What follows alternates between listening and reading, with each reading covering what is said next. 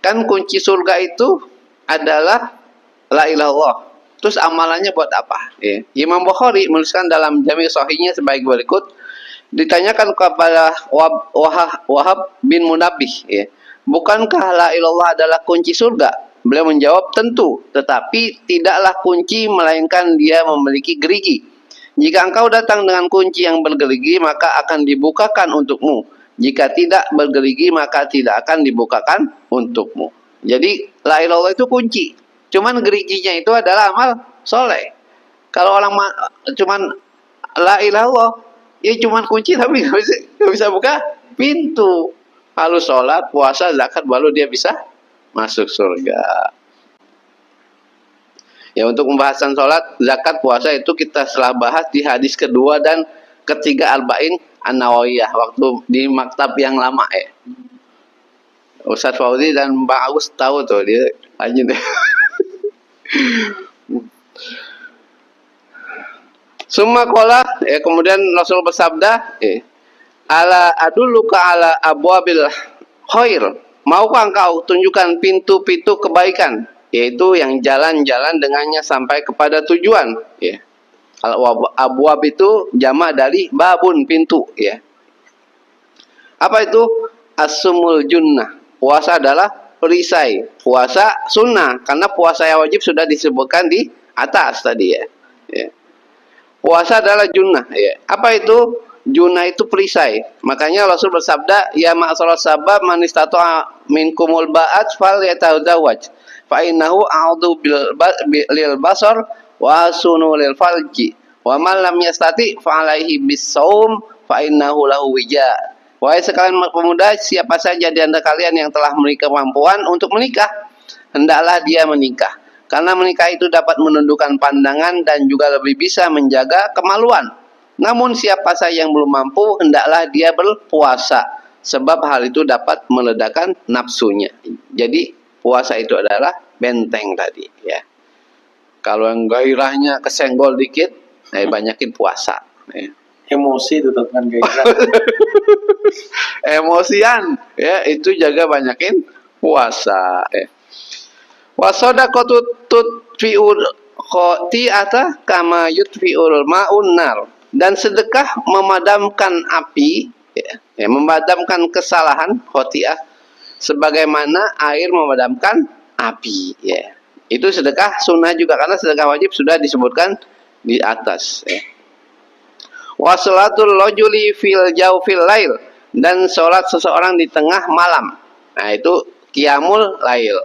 Qiyamul lail itu banyak, bisa sholat, bisa baca Quran, ya, bisa sholat tahajud, bisa sholat witir, ya. Itu semuanya adalah qiyamul lail, mendirikan malam, ya. Nah, keutamaan sholat malam, ya.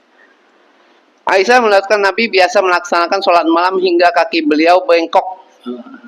Bengkak ini salah, ya. Oh, bengkak ya, apa kacang, oh bengkak. Udah malam. Aisyah bertanya, kenapa engkau berpadu gitu, wahai Rasulullah? Bukankah Allah telah mengampuni dosa-dosamu yang telah dahulu dan yang akan datang? Kemudian Rasul menjawab, apal uhibbu an akuna abdun syakura. Apakah aku tidak boleh menjadi hamba yang bersyukur? Ya, jadi Rasul saja yang diampuni dosanya, dijamin masuk surga, itu sholat malamnya sampai kakinya bengkak. Bengkak, ya.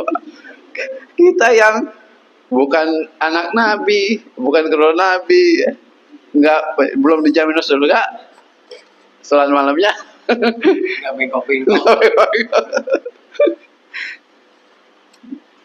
Sholat malam adalah penyebab terbesar masuk surga. Nah, ini juga, ya. Wahai kaum muslimin, sebarkanlah salam, ya. Absus salam wa atimut ta'am wa sulul billaili wan nasin niyam tadkhulul jannata bisalam. Wahai muslimin, sebarkan salam, berikanlah makan kepada fakir miskin, pelihara hubungan dengan silaturahim, salatlah di waktu malam ketika orang banyak tidur, niscaya kalian akan masuk surga dengan aman, dengan selamat, ya. Kemudian salat malam termasuk penyebab terangkatnya derajat. Sungguhnya di dalam surga itu terdapat kamar-kamar yang bagian luarnya memperlihatkan sisi-sisi dalamnya, transparan, ya. Dan bagian dalamnya memperlihatkan sisi-sisi luarnya. Allah mempersiapkannya bagi orang yang suka memberi makan fakir miskin, selalu berbicara lembut, melaksanakan banyak saum, menyebarkan salam, dan bangun malam kala banyak orang sedang tidur lelap. Ya. Jadi keutamaan sholat malam itu, ya, dibuatkan kamar-kamar di surga. Kalau dibuatkan kamar-kamar di surga, masuk surga nggak? Ya masuk surga. Masa dibuatin doang orang yang masuk ya? Sholat malam dapat menghapus dosa-dosa, menghilangkan kesalahan. Ya. Hendaknya kalian semua melaksanakan sholat malam, karena itu adalah kebiasaan orang-orang soleh sebelum kalian, sebagai cara mendekatkan diri kepada Allah, penghapus kesalahan, dan pencegah dari dosa.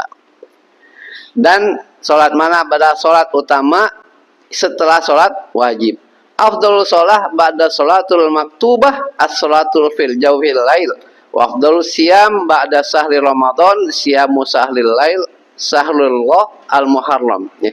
Sebaik-baik sholat setelah sholat wajib adalah sholat malam. Dan sebaik-baik puasa setelah puasa Ramadan adalah puasa di bulan Muharram. Yang kemarin tuh tanggal 10 Muharram itu adalah sebaik-baik puasa setelah puasa Ramadan. Puasa kemana guys? Puasa kan? Puasa.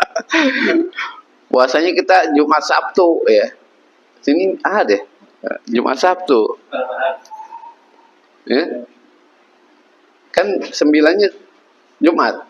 Ya, 10-nya Sabtu. Kehormatan seorang mukmin terletak pada sholat malam. Sa'ad bin radhiyallahu anhu menuturkan bahwa Rasulullah SAW bersabda, Jibril alaihissalam pernah datang kepadamu seraya berkata, Ya Muhammad, isma syi'ta fa innaka maitun, wa habib ma syi'ta fa innaka mufariqah, wa amal ma syi'ta fa innaka madziyun bihi wa'lam anna syarafal mu'min qiyamuhu bil lail wa izzatul istighna'u 'anin nas. Hai Muhammad, hiduplah sesukamu, sungguhnya engkau akan menjadi mayit. Cintailah siapa saja yang kau senangi, sungguhnya engkau pasti akan berpisah dengannya. Dan beramallah semaumu, sungguhnya engkau akan memenuhi balasannya. Dan ketahuilah bahwa kemuliaan seseorang mukmin terletak pada sholat malam. Dan kehormatannya adalah rasa kecukupan dari manusia. Kemudian sholat malam menyebabkan pelakunya mendapatkan iri dari orang lain. Tidak boleh bersikap hasad selain terhadap dua orang. Orang yang diberi anugerah hafalan Quran lalu ia gunakan untuk sholat malam dan sholat di siang hari. Dan orang yang Allah Azza wa Jalla berikan anugerah harta lalu ia gunakan untuk berinfak siang dan malam. Kemudian mendapat rahmat Allah Subhanahu wa Ta'ala.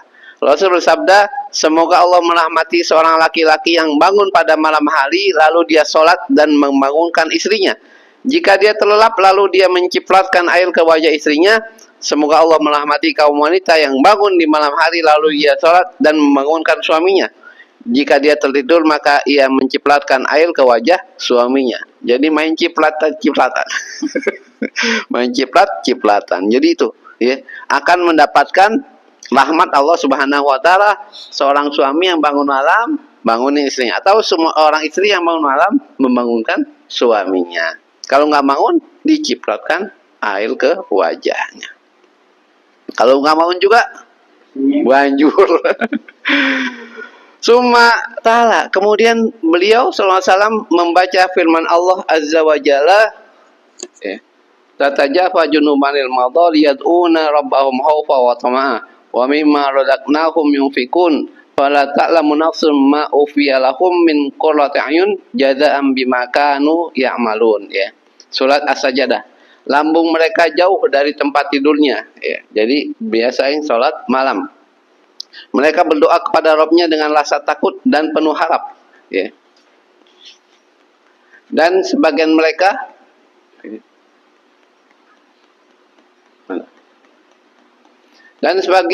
menginfakkan sebagian dari rezeki yang kami berikan kepada mereka. Maka tidak seorang pun mengetahui apa yang disembunyikan untuk mereka, yaitu bermacam-macam nikmat yang menyenangkan hati sebagai balasan terhadap apa yang mereka kerjakan. Surat As-Sajdah ayat 16 sampai 17.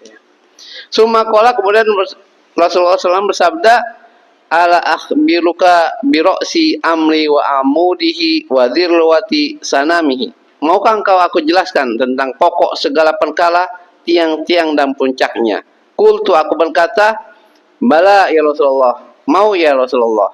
Kemudian Rasul bersabda, mana?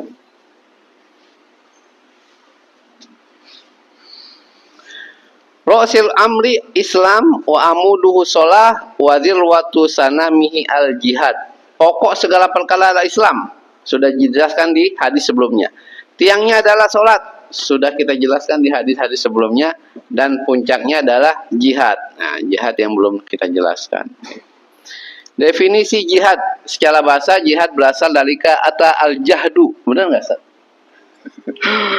Dengan difathahkan huruf jimnya yang bermakna kelelahan dan kesusahan atau al-juhdi, dengan didomahkan huruf jimnya yang bermakna kemampuan.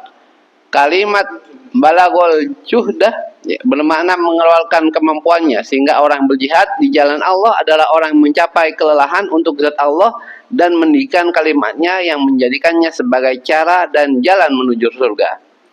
Secara istilah, sedangkan secara istilah jihad dapat diartikan sangat luas ya.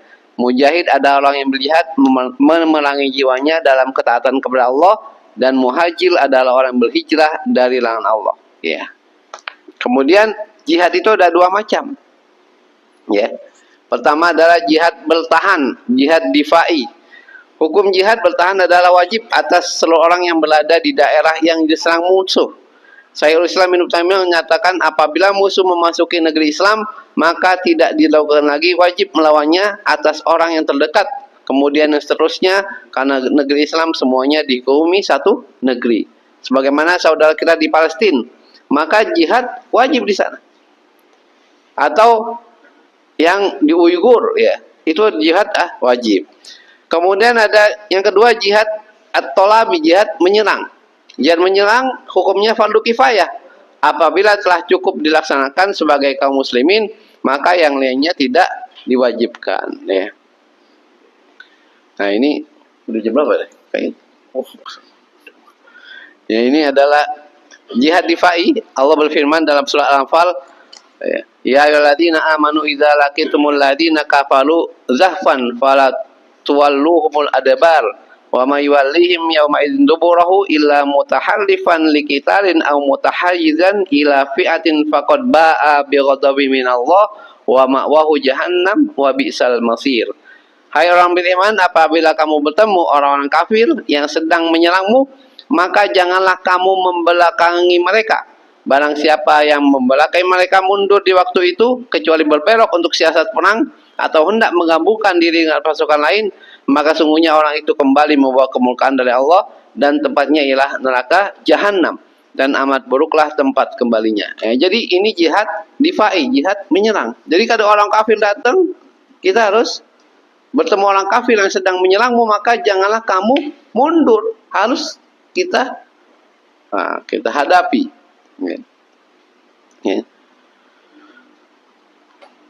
Fa ini tazalukum falam yuqatilukum walqau ilaikumus salam fama ja'alallahu lakum alaihim sabila. Tapi jika mereka membiarkan kamu dan tidak memulai kamu serta mengemukakan perdamaian kepadamu, maka Allah tidak memberi jalan bagimu untuk menawan dan membunuh mereka. Jadi kalau orang kafir datang secara baik-baik, ya kita tidak perangi, ya. Tapi orang kafir menyerang, harus kita lawan. Itu jihad difai. Kemudian jihad tolabi. Allah berfirman, wa qatiluhum hatta la takuna fitnatun wa yakuna ad-dinu kulluhu lillah fa in tahu fa innallaha bima ya'maluna basir.